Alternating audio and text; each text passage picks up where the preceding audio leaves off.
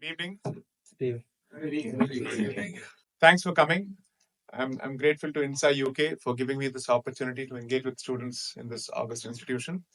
As far as today's engagement is concerned, I think decolonizing education is the topic. How many have had to go through my book? And I pity them for it, but how many have? The first one, the blue one. Okay, India, that is Bharat. Okay. Broadly, I think the first section of the first book relates to the topic in question here. I'll try and summarize the thesis of it for about maybe 15 to 20 minutes, and then the rest of the 45 minutes we'll use it for the fireside chat, and we'll give the audience at least 30 minutes to ask as many questions as possible. The around the CAA in 2019, there I've dropped the deadly word again. I put out a tweet where I used Bharat as a reference to India. And an Indian student or a student of Indian origin who I think was pursuing his master's in the United States and must have been there for maybe a year or so. And I'm sure he'd become an expert on American politics within 1 year and maybe had acquired an accent within 6 months. Had a problem with the use of Bharat for India. And he basically accused me of having a saffron agenda for using Bharat instead of India. And so, in response to his tweet, or then it was a tweet when it was still Twitter, in response to his tweet, I quote-tweeted him and I extracted Article 1 of the Indian Constitution which said India, that is Bharat, is the Union of States. I think he had the best possible comeback, which is to block me, because he didn't have a response to what I had to offer, because after I was quoting the Constitution. So I played by his rules of using constitutional morality to make my point, and I think even that was not enough. So these were some of the instances, among others, which pushed me into asking some fundamental questions about what we think of India, what we make of the experience of colonization, and whether the experience of colonization was a study of the past, was it an archival study, or did it have any bearing on the present? These were the questions that I wanted to answer firstly for myself, and then if there was anything worth sharing, I thought I'd put it in the form of a book. And around the same time, the one thing, of course, again a correction in the introduction, I never have participated in the Jallikattu case. There are about 6 or 7 major constitutional matters of civilisational significance that I've been a party to, or at least I've been a counsel in one of in those matters. I've never been a party in person or a petitioner, so which is why I strongly object to the use of the word activist in reference to me. One of the cases was the Padmanabhaswamy temple case, where the issue was very simple: whether the government had the right to take over that institution and also open the vaults of the temple, which contained several treasures, including coins from the Roman period, and the value of the treasure within should have, I think, was at least 36,000 to 40,000 crores at the very least. That's the value of the treasure within, considering the antiquity of the contents. But along with it, there were quite a few other contents which were sacred in nature, and therefore we were of the view that the government had no power or had no business opening the institution or opening the vaults of the institution or taking over the institution. Now, the temple has a very unique history in that it happens to be the family deity of the Travancore royal family, which is one of the constituent princely states of the modern state of Kerala. So Cochin, Malabar and Travancore put together form the state of Kerala. And as part of the accession to the Indian Union, each of the princely states was supposed to enter into a covenant of merger, which would be the contract that governed the relationship between the acceding parties or the contracting parties, namely the princely state and the Indian Union. One of the provisions of the covenant was a very clear agreement between the parties that the princely state of Travancore and the royal family shall continue to hold complete monopoly over the institution because it happens to be their family deity. And this was not a one-off instance because almost every princely state of pre-independent India or pre-accession Indian Union had its own deity. I've given this example before. Mysore has Chamundeshwari. The royal family of Kashi has Baba Vishwanath. Then you have Eklinji of Mewar. Several such institutions across the board. And therefore, each of those princely states had worked out this contract with the Indian Union. Now, which means, prior to the accession to the Indian Union, before the whole was formed, each of the constituent parts had a very clear religious affiliation, and it was not secular by any yardstick or imagination. So one of the questions that I wanted to ask was, if each of these constituent parts had a religious affiliation, what is the basis of the presumption that the Indian Union, which is the product of each of these constituent parts, is a secular union? In fact, princely states, among other things, also had very clear objections to the imputation of a secular identity to the Indian Union because it would come in the way of their own rights. These questions led me to asking certain fundamental, questions about the continuing impact of colonization on our psyche. And the more I read about it, the more I realized that colonization in the context of post-colonial societies such as Bharat was a continuing experience in our lived experience, considering the language that we think we are comfortable in, the language that we think in, considering the language that happens to be the lingua franca for people coming from various states, the official language used for our business transaction, including the state's transactions, the rules of interpretation that are followed with respect to laws which treat English as the primary medium in which you will interpret a provision. So for instance, if you look at the Irish Constitution, if there is a confusion or ambiguity or conflict between the English interpretation of a provision and the Irish interpretation of a provision, guess which language is given primacy to? Not English for sure. And therefore, these were the questions I wanted to try and unpack and unravel. And that is what led to the first book, which of course is no more a trilogy, it has become a tetralogy. So hopefully I should complete the 4-part series, or the 4th part, by 2026, end of 2026. So decolonizing education, in my view, is not just an Indian experience or an Indian exercise.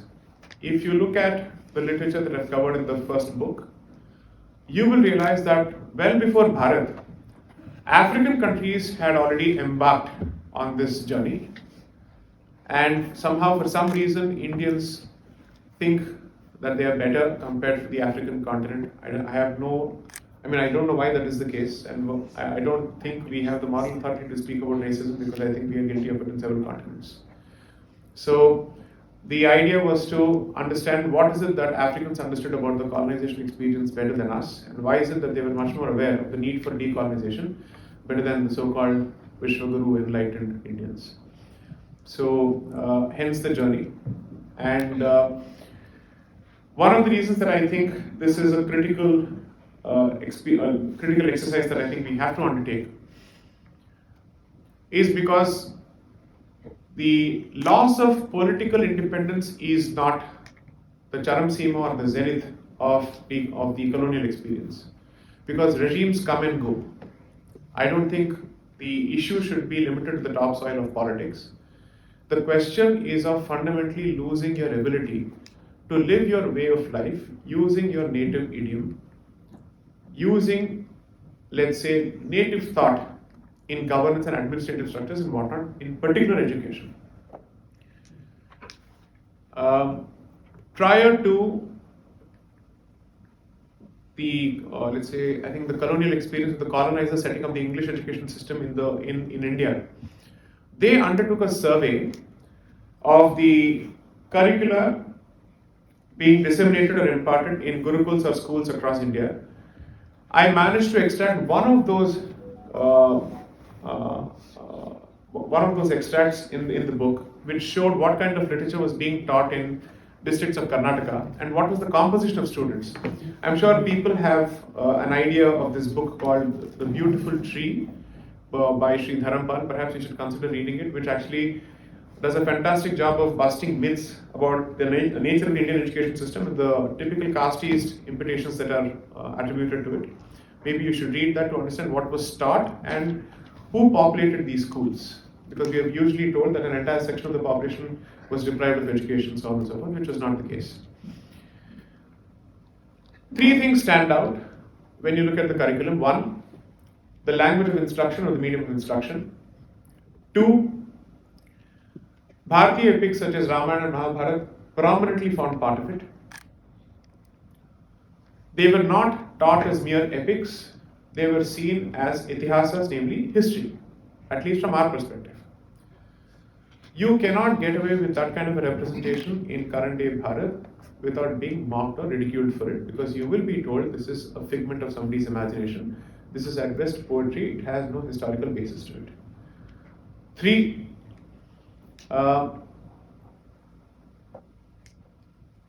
the presence of these institutions, even after centuries of invasion, meant that our way of life, and particularly our education system, had managed to survive the period from 712 CE until the 1800s. Which means what the sword had not managed to destroy, something else had managed to destroy post 1857 or post 1835, which is the introduction of the English education system. Because that was the first time in 1835 that they decided to push English education system. One of the reasons for doing so was to find a way to populate Indian minds with English thought. And if you look at the literature and the correspondence exchange between the colonizers in terms of their internal correspondence, they're very clear about the fact that language is not just a medium of communication, it also happens to be the carrier of culture and the transmitter of culture. That much they're very clear about. So if there's a reason that your idioms and the jokes or the cultural references that you're comfortable with are not Indian, and most of them are Western, it has got nothing, or it's got everything to do with the language in which you consume your content and the language in which you've been brought up in terms of education. So decolonizing education is not just an Indian imperative, it is also a global Southern imperative, because global South has been typically the subject of colonization. So you have to look at it as part of a larger continuum. Two, in this context, when India chooses to indigenize its education system, accusations of saffronization, in my view, are unfair and they don't stick. I think I gave this example maybe a few days ago. How many have read George Orwell? Okay, one of the things that he says about what is true English culture according to him, he makes the point that if you wish to understand the impulses of England, please do not limit yourself to the elites of England, because true English culture or British culture is to be found in the working class, is what he says. And he goes on to make a nativist case to the extent that he castigates English elites for having abandoned Britishness. So if I have to build perhaps a nativist sort of narrative or nativist sort of defense of the Indian imperative for decolonizing Indian education, there is a decent chance that I could make a case through the Orwellian route. What is valid for nativist stream of thought in England or Britain should equally available to us, or perhaps even more available to us, considering that we are the victims of colonization. And therefore, I also make the argument that there is a very clear distinction between Swarajya and Swatantra. Swarajya at best limits itself to political decolonization, namely that you have the power to run your country, but if you run your country on the strength of the ideas of the colonizer, it is not Swatantra, it is merely Swarajya, because there is no Swatantra involved, which is your own systems, your own political science, your own political philosophy does not form the bedrock of your thought. I also make the case, the broader case, that you cannot divorce decolonizing Indian education from decolonizing the Indian Constitution. Because at the end of the day, education and the ideas that you're filled with in your formative years at the primary level, which continue up to the tertiary level, also impact policy making. One of the reasons I had to arrive at the conclusion was I was trying to address judges of the Indian Supreme Court who presided over a constitutional bench on the validity of an Indian religious practice in English, trying to make sense of concepts such as Naishtika Brahmacharya, which may or may not have equivalents in English in relation to a celibate deity.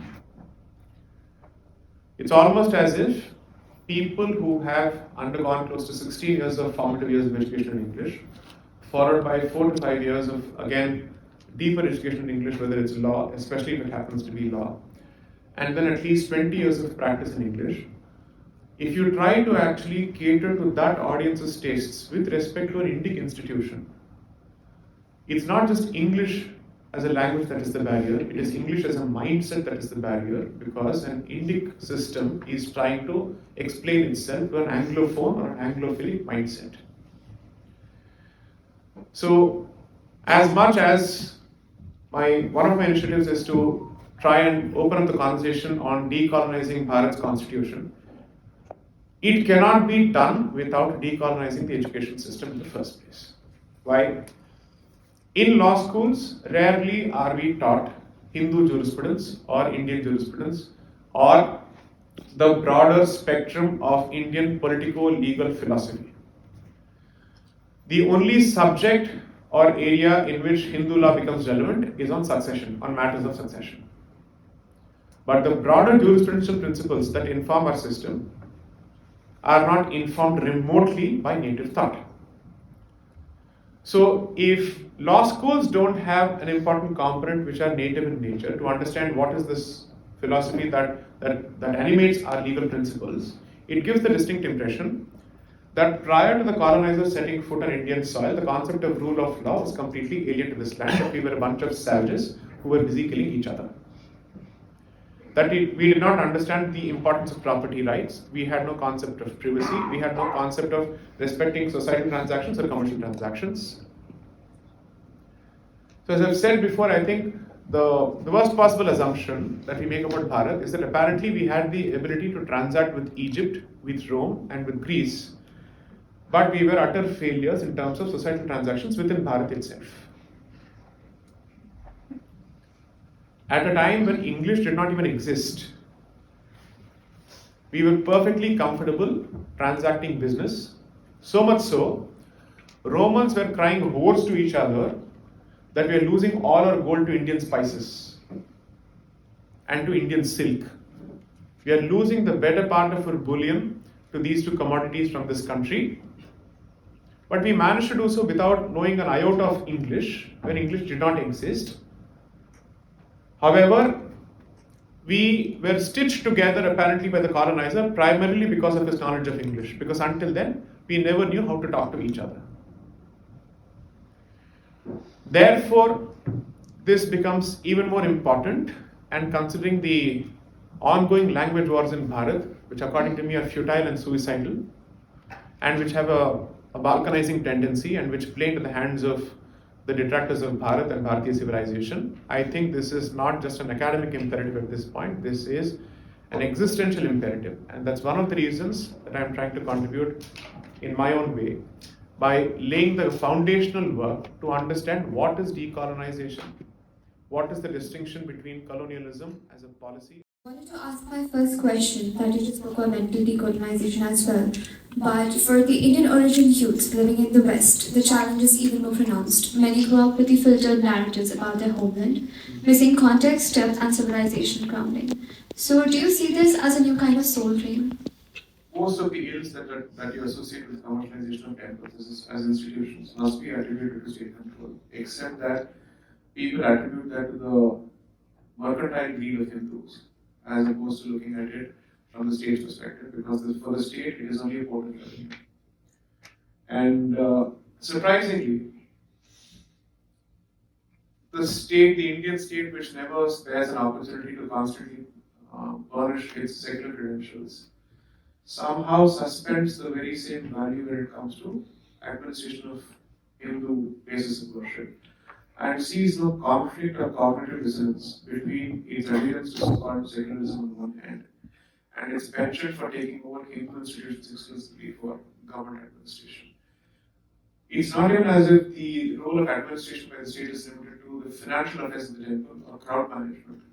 It is now penetrated to the final barrier, namely religious affairs of the temple, in terms of what can be conducted, what kind of budget allocation can be made for a particular puja, whatever it may be.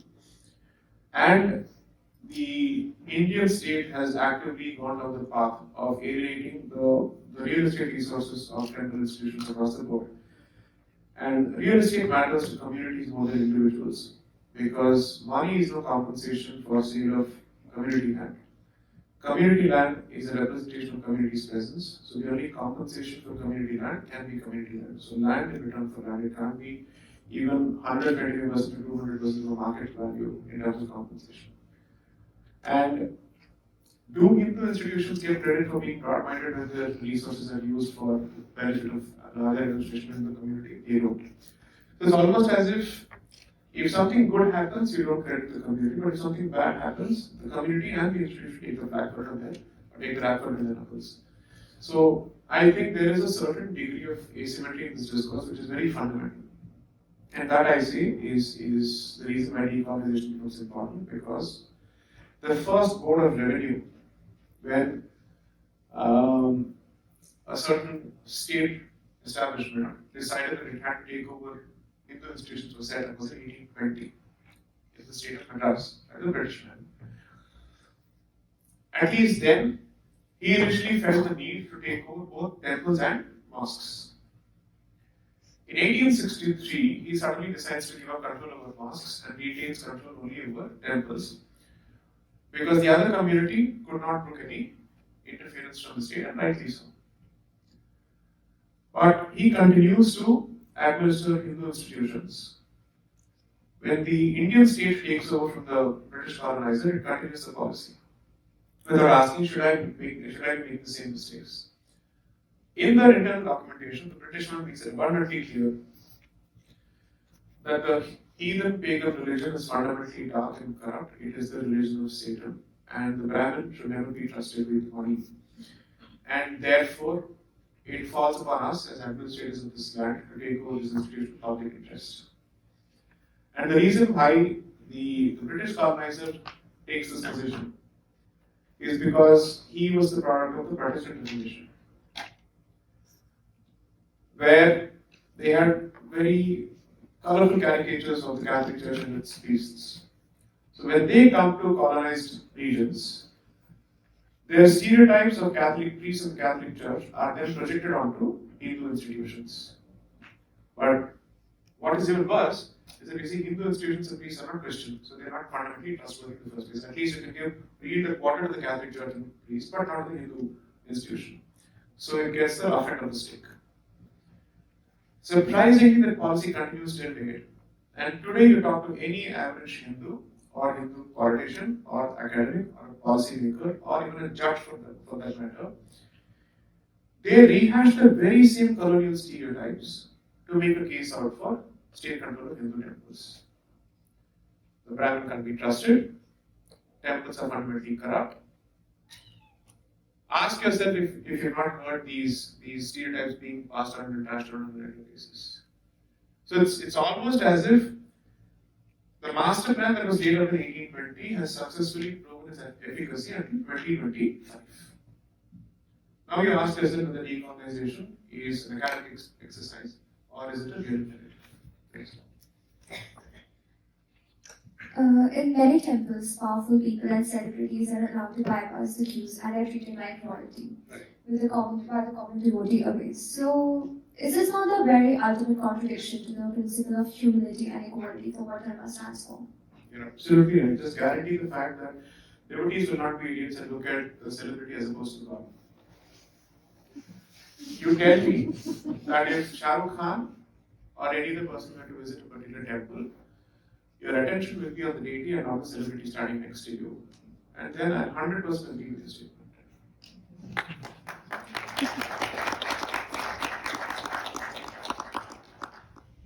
You need to consider the fact that in a culture where there is a certain deification of celebrities, unfortunately so, in the interest of preserving law and order, to avoid the kind of stampedes that we just saw, don't you think it makes sense? Perhaps the other alternative could be give them specific timings early in the morning or late in the night and ask them to finish their darshan and get out of the place. So that the common public doesn't suffer. Okay? But then they will say, I do have the right to equality to visit the temple when I want. What happens to that? The only way to balance this is to have a separate track or queue for it. The issue that you should have a problem with is, even if you're not a celebrity, you can pull strings and get VIP darshans. That's where you should have a problem. That is where you should have a problem. I understand that all of us have an inbuilt rebel alarm towards any kind of special treatment, but in the real world, there are other considerations. So, as I said, as long as I'm confident of the fact that when someone enters the temple, his undivided attention is the object of worship and nothing else, I don't have a problem. But if you're going to look at chappal hai ki nahi, kaun kya pehen ke aaya hai, right? If those are your, if that's how you behave, your attention span is that of an ant, and you behave like a windsock, then I think I'm comfortable with the so-called VIP culture within temples. Thank you so for that answer.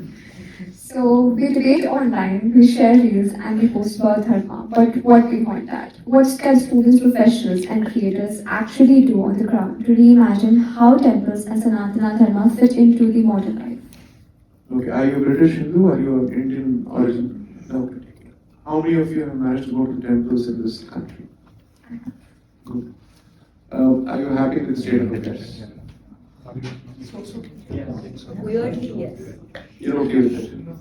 No, there are certain aspects that you don't see that's back home. Right. But one thing I would appreciate is the cleanliness and how they maintain and the whole process, like the law and order, like how the whole thing works.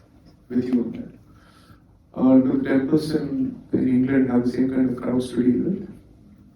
Thank you. Some Balaji Have you been to Chilkur Balaji in Hyderabad? Most temples have to deal with numbers which we can't imagine in any other country, but that's no excuse for poor maintenance of the place. I'm not going to offer that. I'm just saying, maybe we should have a sense of proportion there, but I take your point. My question is slightly different. Do you think temples in the United Kingdom take an active interest in community participation as much as the places of worship or prayer of other communities and their engagement with their communities? No. Yes. No. They do have small communities and does a lot for their community. As in the sense, in Lakshmi Temple in east of London, they have this whole events and dance classes and a lot of free events for their kids. And I get it, but thing back home is bigger because everyone or majority of them become part of this community. Here, but what they do is they try to get. If you don't have food and happen to be an Indian student or an Indian migrant, can you walk up to the local temple and ask for food and get support? Yes. My answer is just this, which is you don't need to think of extraordinary measures. Perhaps you stick to the basics. First is all this philosophization of practice of dharma is secondary. First practice it in your personal lives. That's where it starts. Until then, all of this is useless conversation. There's no point in talking about the esoterics of dharma, holding wine in your hand, dharma is this, dharma is that, and all that. It's not a wine tasting salon. So, I have no problems with wine tasting. We are Hindus, we don't have a problem with alcohol. My point is that first, let it start with personal practice. Let there be a spiritual core at the heart of it. Get your basics right. And then you look at the community aspects of it. If you can strengthen the network of temples in England, and make sure that they become the foci of community organization and community outreach. You can keep it able because there's no problem with it. But you also harness the existence of a temple network when you have to represent your community's interests at a different level altogether, or to coalesce and address certain issues. I think that's most of the job done. You start with that and see how you can turn the narrative around on that subject. And 3, use these institutions at the very least to bust myths about your own community and your festivals in your head first, before you meet the propagandists and the malicious bullying that you witness in schools and colleges. I think you start with that. And the reason why I say this is, once you have conscious practicing Hindus who populate this country, from there solutions become possible to other challenges. We are trying to address all these challenges at the political level, at the social level, without getting the basics right, which I think other communities do a fabulous job of, and I will give credit wherever it's due, regardless of which community it is, in terms of looking out for its people. It's not their fault that they look out for their people, it's our fault that we don't. And I would like to see how many scholarships have been put in place for students coming from, let's say, marginalized communities, or let's say less fortunate backgrounds. Because no more do we have, as a community, the option of saying that we don't have the resources. You have the resources, you're not first generation migrants, you've lived here for at least 3 to 4 generations. In fact, it could be said that the diaspora, Indian diaspora in the United Kingdom is older than the diaspora in the United States, for that matter. Right? Our independence movements have started from here. So, what is it that we have done to tell the community, members of the community, that they're never alone and that we are there for them? That is what a sense of community translates to on the ground. Try and create that. Beyond that, I think it's empty talk unless these basics have been achieved. Right, sir. Moving on to our next question, it's a very simple question. What, according to you, is the Kshatriya spirit?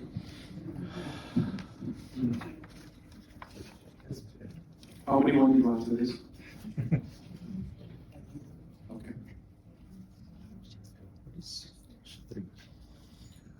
Do you want the traditional version of it or the modern version of it? The modern version and the traditional both.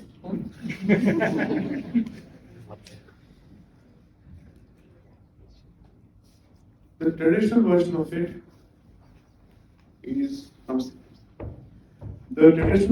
it is creation of communities on a hereditary basis, or groups on a hereditary basis, which have a marked rajasic quality in them, out of the 3 gunas, and you try and keep that rajasic quality alive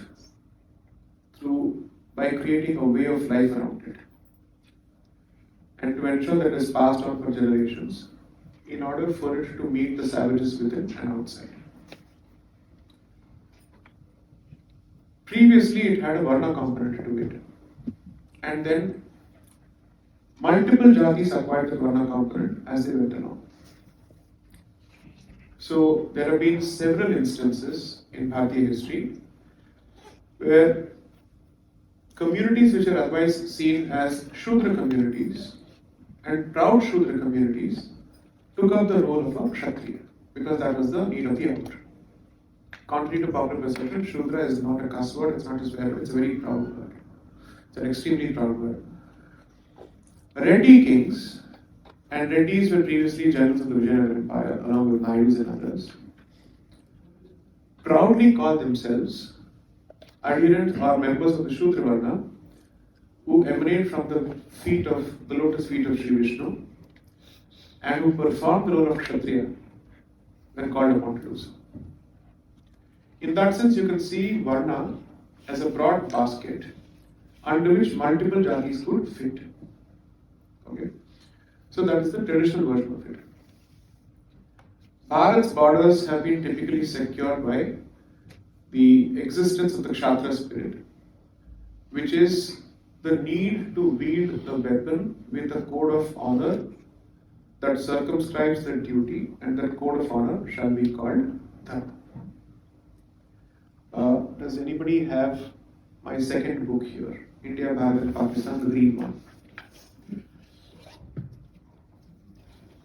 Did you know that there is Jati among the gods and there is Varna among the gods? Yes, sir. You did. Not much about it.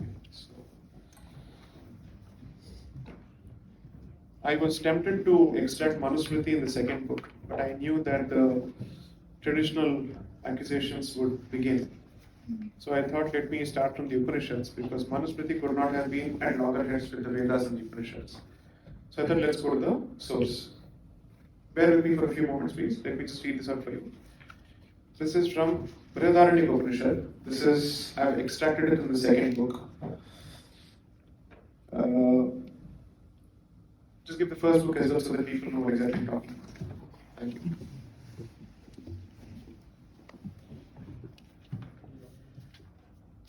So I'll just give you a broad pitch so that you have a clear picture of what I'm saying. So in the first book, because I was trying to lay down the theoretical foundations of this decolonising exercise, I decided to use truth as the theme of it.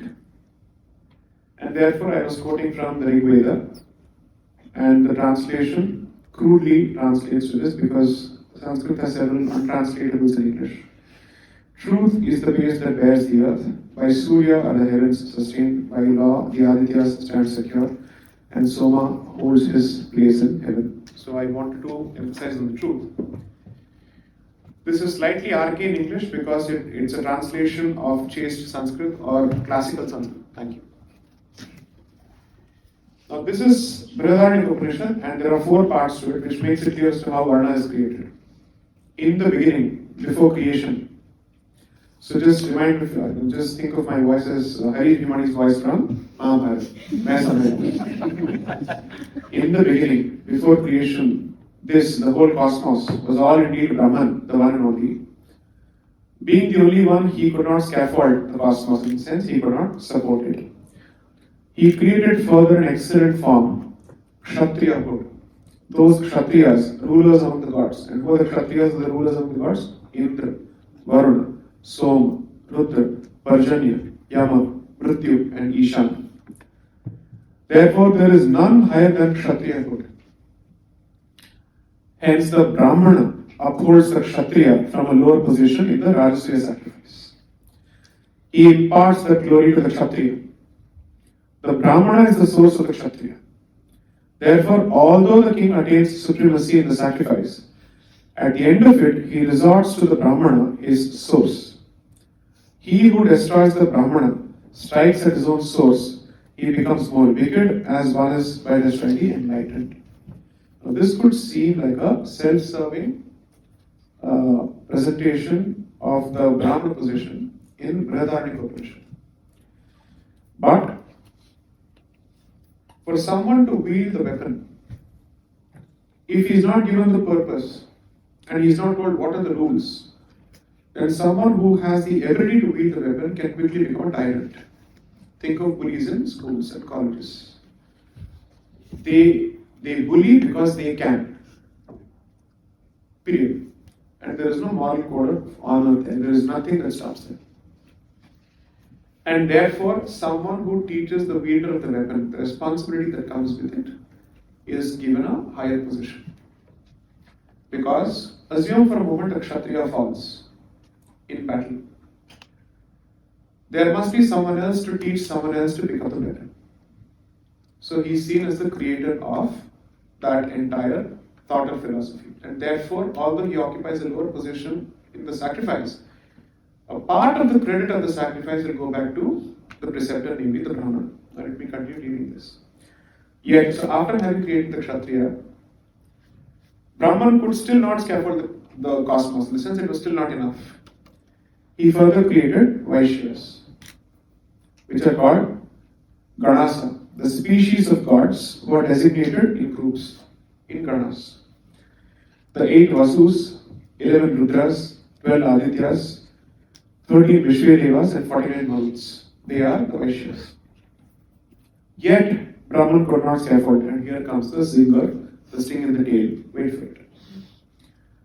He further created Shudravarna, Pushan. Guess what is Pushan? The earth is Pushan, for it nourishes all this that exists. In Hindu philosophy, who is one of the consorts of Mahavishnu? Bhudevi, therefore earth. So one of Vishnu's wives or consorts is a Shudra by Varna, who is worshipped. Tell me that Shudra is a cuss word and I will invoke blasphemy law. Yet Brahman could not scaffold the cosmos as he was doubtful about controlling the ferocious Kshatriya. He further created what? Dharma. This Dharma is the controller of Kshatriya. Hence there is nothing greater than Dharma. This is the simple equation. Dharma is the code of honor that circumscribes everyone's duties and obligations. This is how Chaturvarna system emanates. There is not a single Varna that can be dehumanized or should be dehumanized because that would go against our scripture.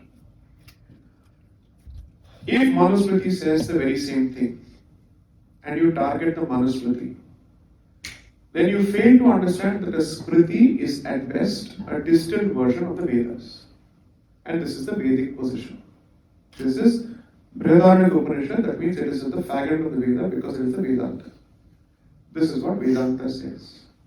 Those who subscribe to Vedanta because it has suddenly become a fad, this is what Vedanta says. Now I would ask them to revile this as much as they revile the Manusmriti. Because when they target the Manusmriti, it is a code for going after Sanatana Dharma or Veda Dharma, which is what we fail to understand. Because they do not want to be seen as directly attacking the Vedas and the Upanishads. They will attack something that is downstream of it without realizing this cannot be inconsistent with the root source. And this is what the root cause is of the choices. Next. So, however, with the Operation Sindoor and India's own military responses post-Pulwama, we seem to witness a significant transformation in how India is now responding to threats. So, in your perspective, if Chanakya or Krishnadeva were alive today, what do you think they would say about India's modern retaliation policy? They would say Shabash.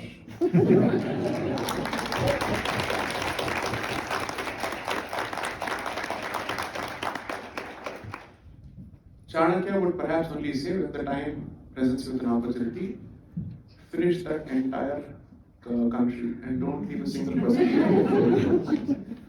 Because Chanakya specifically says there should be no trace of the lineage of the enemy, not just the enemy. He's comfortable taking the position. There's a very popular anecdote of what he does when he's on the way to, or he's arrived at Patliputra.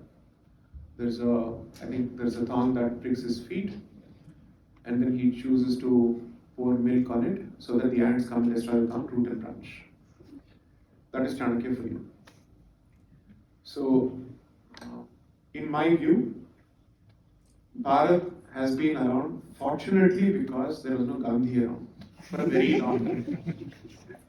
And even Gandhian adherence to Ahimsa has been extremely selective. He was the one to ask Indians to pick up the weapon to fight alongside the British in the First World War. He had absolutely no problems supporting the Khilafat movement. Okay. In my view, he was the first minority leader of Bharat. And all his movements were supported by the Khilafatists. His rise to power, to the position of the president of the Indian National Congress after Tilak's death, I think in August 1920, I don't know if I'm right, is significantly owed to the support that he got from the hooligans of the Khilafat movement, who would silence people during Congress's proceedings. Therefore, I don't think he is a yardstick or he's a benchmark to go by.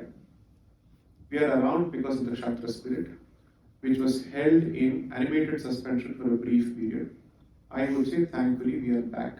Our original form is back, and I just hope we don't stop at it.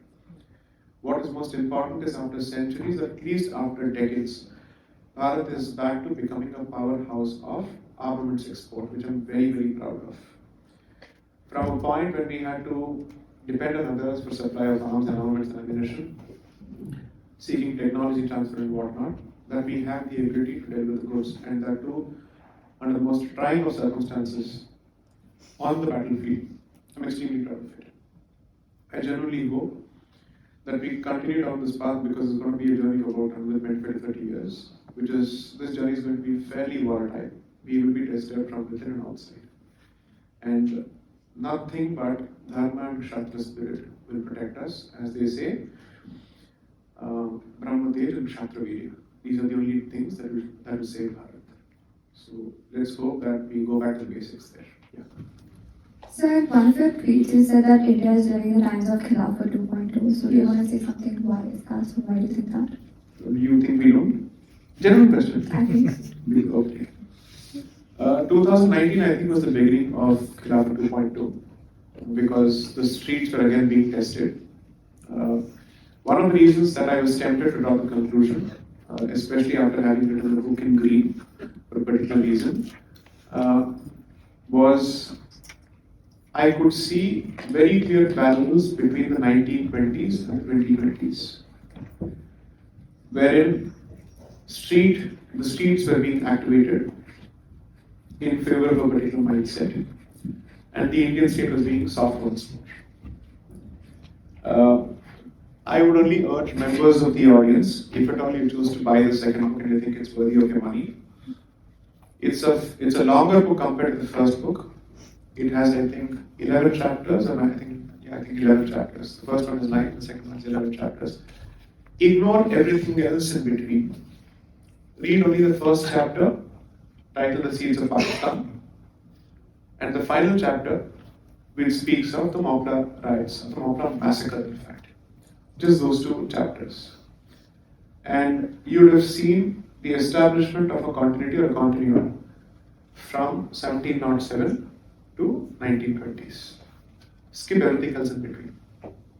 So in my view, we are living in the age of Khilafat 2.0, which I don't think is good news at all. Most people think Khilafat translates to some kind of resistance movement. It is not. It is, I think, the noun form of Khalifa, and therefore the movement for the re-establishment of the Islamic Caliphate, which was then held by Turkey, is the reason for that movement. So you see, the position of the Khalifa is like a holy grail in the community in question. So depending on who wields that position, they call the shots in the Muslim world. Prior to Turkey, which country do you think held the position of the Caliphate? Egypt. They lose a couple of wars, and then it becomes, so Egypt also comes under the Ottoman sway. So once the Ottoman Empire takes over Egypt, the crown has moved, or the Khalifa has moved from Egypt to Turkey. Okay? So this is how it moves. Then the fight starts around that period, saying, neither of you are in possession of our epicenters in terms of our primary mosques. So why should either of you have it? Plus you're not even Arabs. And therefore it must come back to the homeland, or the epicenter of the religion. Read this, and you will understand the ongoing geopolitics of Turkey trying to reassert itself. Because it says, before all of you, I was the Bab, therefore I have to come back. Then you'll find tensions between Saudi and Turkey making a lot more sense to you in light of these historical tensions. Please, next. So I just have one last question for This you. was the second last, please. For someone starting out today, especially as a first generation lawyer, Yes. how crucial do you think mentorship is, and how can one find the right mentor in this field? Also, I would also like to ask, who was your first mentor and how did they shape your journey into it? If you have a mentor, I think there's nothing like it, because the learning curve is made easy. You don't reinvent the wheel. Some of the soul-shattering mistakes that you're bound to make in the profession, especially in courts, you save the trouble of it. Most importantly, you're then grouped in a particular tradition that makes it easy for you to practice better, because every chamber has its own style of practice in terms of both advocacy, approach to the law, drafting skills, so on and so forth. So that's one of the reasons that this profession thanks to its vocational nature, where you learn a lot of things on the job, mentorship is crucial. If you don't, and you choose to become your own mentor, the only thing is something that takes you about maybe 6 months or a year or 3 years to learn it best, you'll end up learning it in 5 or 7 years. And to that extent, your confidence takes a huge hit, and you start doubting yourself way too often, unless you actually have a strong spine. 2, in the early years of the professional practice, what happens is you're constantly looking to your peers, and you're trying to find out where are they, how often, how many hours they work, what kind of opportunities come their way, what kind of matters they are getting engaged in, so on and so forth. So that's the time that you need to be handheld by someone. But you have to realize that nobody has the patience to handhold you, and nobody is interested in your career. The only person who's always going to be interested in your career is you. So what does mentorship translate to in the current day and age? It means giving you the opportunity to make mistakes and being available, as opposed to constantly handholding you and spoon feeding you. Equally, the obligation on you in this day and age is not to expect somebody to sit you down and explain. Watch, observe, learn, absorb as much as possible.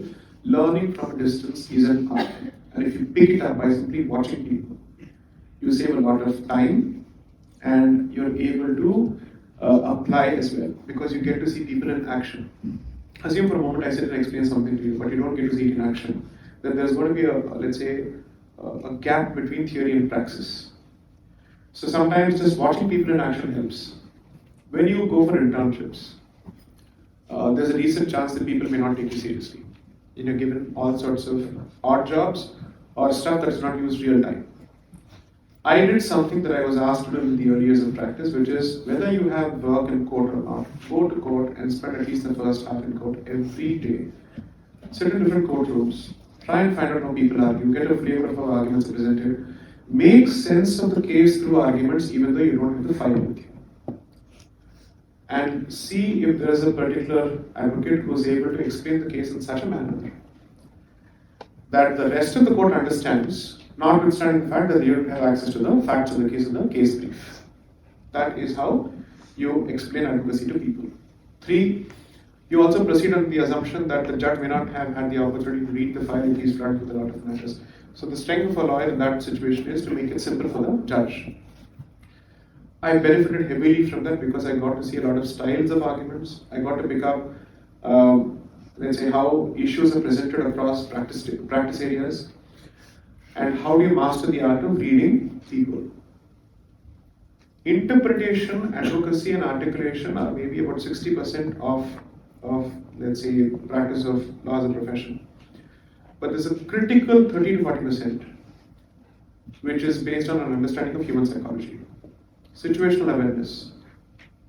Once you enter a room, you should know whether the audience is hostile or not. That means reading the air and understanding that pulse, the individual pulse that runs between you and the audience. And that is a sixth sense. That is instinct.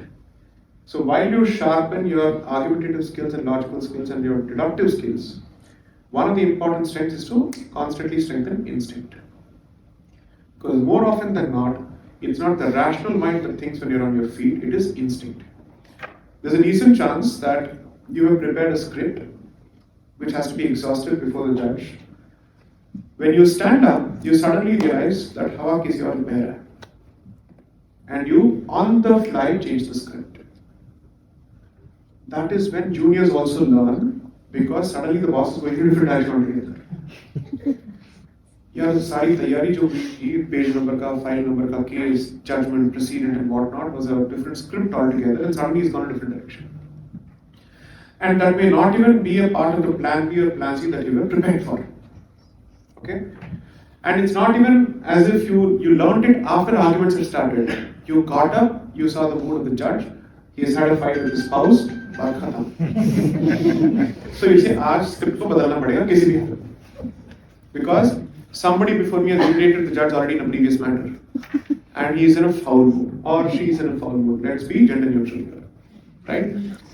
Or the person has a sudden bent of mind कि आज नहीं करके रहूँगा, बाकी लोगों का मतलब जीना हराम करके होगा किसी भी हाल में. Okay, you have to be able to respond to the situation.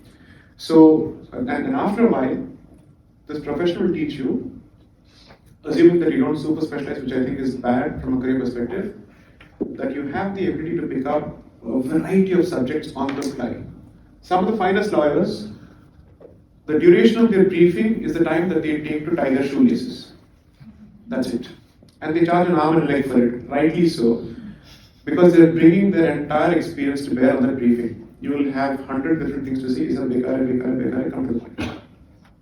Okay, so mentorship there is to give you the freedom to observe, to watch, to learn.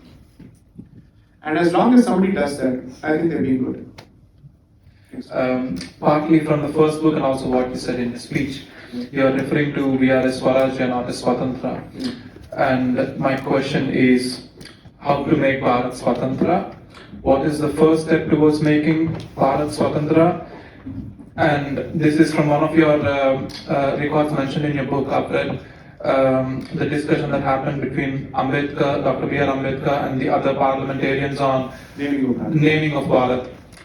So my question to sum it up is the first step, renaming India that is Bharat to Bharat that is India, is that the first step towards becoming a Swatantra? It's not.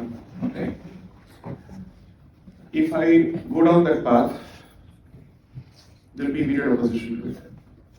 The audience is not ready for it. Which is why today's topic is the 101 of decolonisation. Start with education first. Assuming for a moment that you don't undertake a constitutional exercise to amend Article 1 and you excise out India and you read in only Bharat. But most of us think of India as Bharat. I don't need to make that particular cosmetic change. Okay? This much I can say with some degree of guarantee, or there's some degree of confidence that over the last 5 or 6 years, ever since I have come into the public domain, I have consciously used the word Bharat, not India. And the current dispensation, which is helping Bharat, is also using the same name for it. It has become widely more acceptable.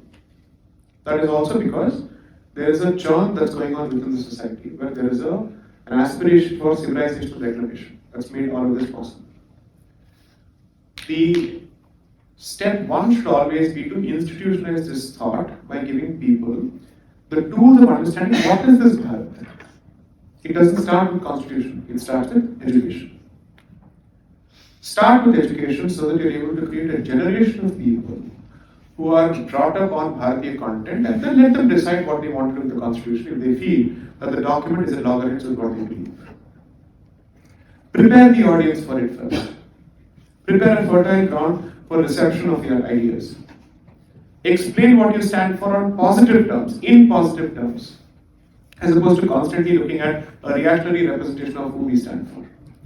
You can't constantly be defined by who you're against. You have to define yourself on who you are and where you come from. Because obviously who you are and where you come from predates and outlasts who you're against. If you've been around longer than your detractors, surely you must be able to make a case for your identity independent of them in the first place. Address that confusion, and here I would make a pitch for a friend's book. Sri Pankaj Saxena, his book on Shatrubodh and Swayambodh, read it. Please do read it.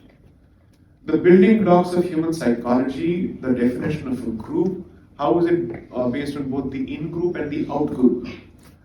Who belongs to us and who doesn't belong to us, both are important aspects of defining a community's identity. Please read this book. And he has, this book was recently launched. I happen to offer a blurb in support of the book as well. And he's been talking on the subject for such a long time. I haven't seen a person better qualified to speak on world history and Bharatiya history than Pankaj Saxena in this generation.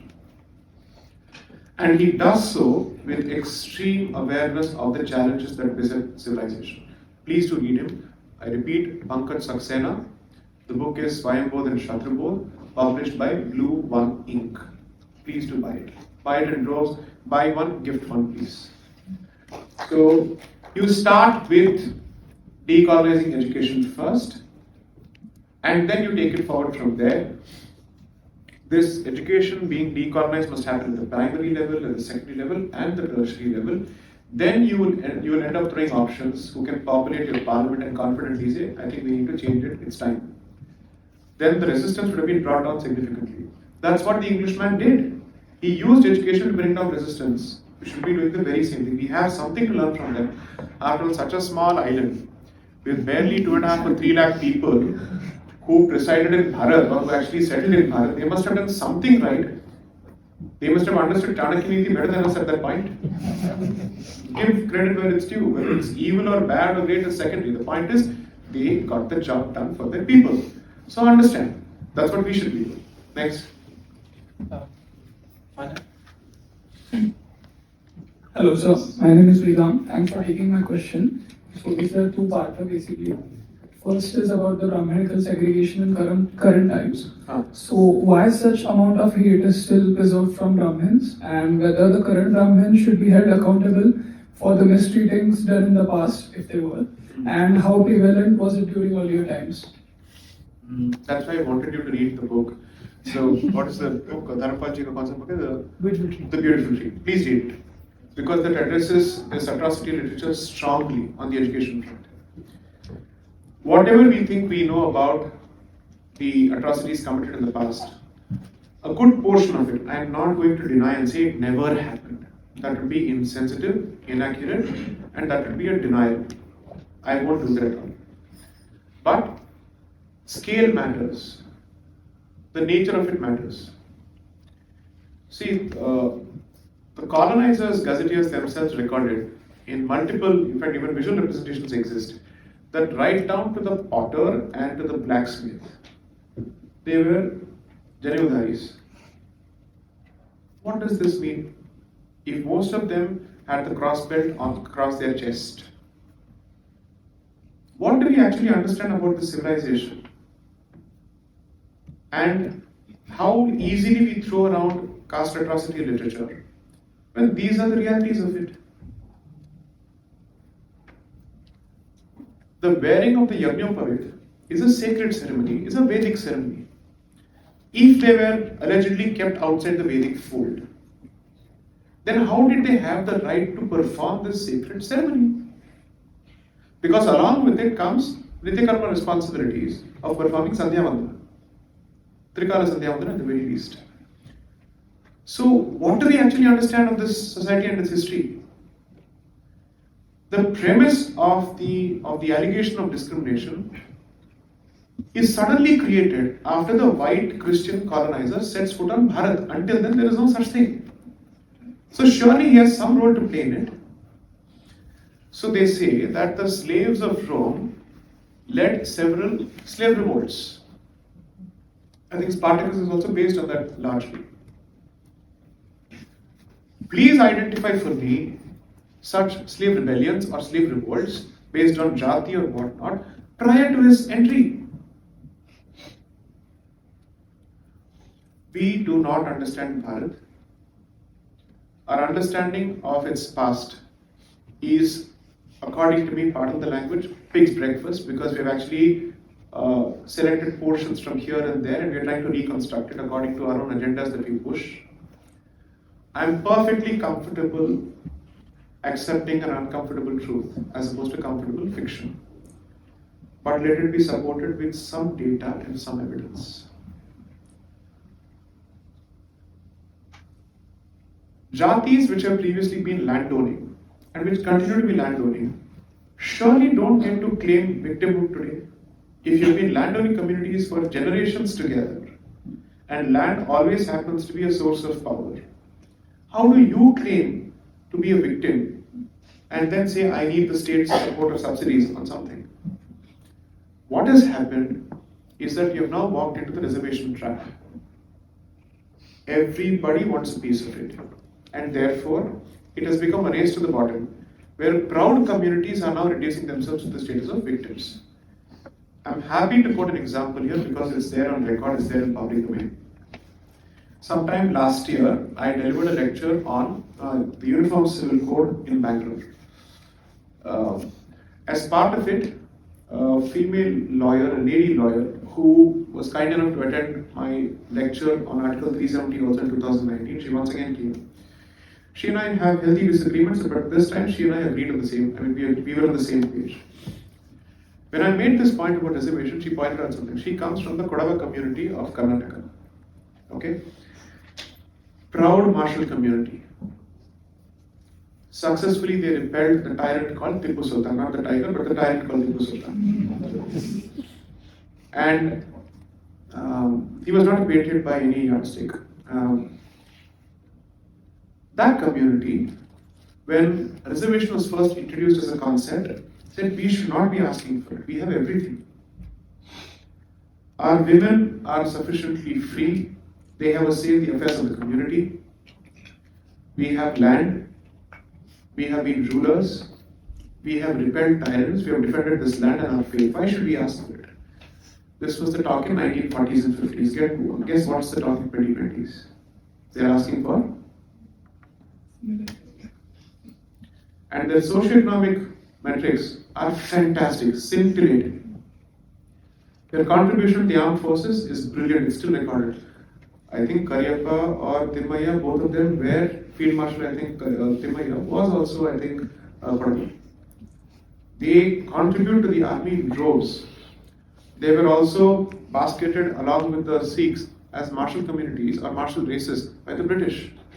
Although I disagree with that categorization because it is extremely mischievous. But developing a certain degree of shamelessness. And saying, I don't care. If you are capable of not paying heed to your parents, why should the rest matter to you more than your parents? I can lose my job. Okay. Do others have the very same fear?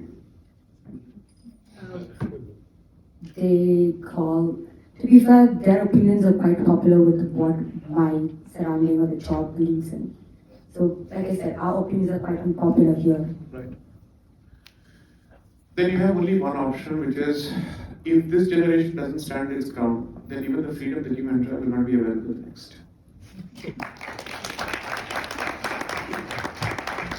There is no other way around it because some generation has to do which one, which has to swallow the poison and say, I will weather this out, because if your professional, let's say, opportunities are affected by the opinions that you hold, which may have nothing to do with your work, then remember that in all these dialogues and in this battle of ideas,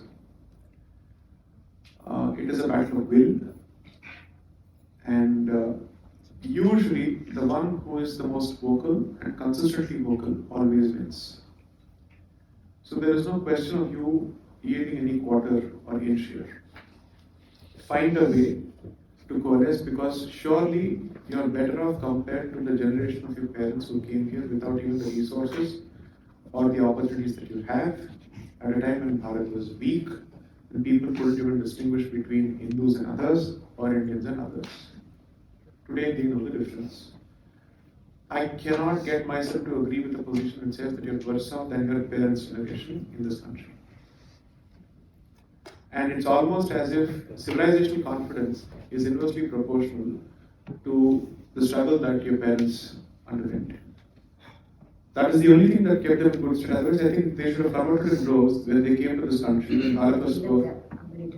But you're not the only person. You're saying there are several people who actually come here. At least if you happen to be an international student, you don't know what it is to come to this country in the 60s and 70s, when Bharat was not particularly strong in any sense of the word, and still having the confidence to celebrate.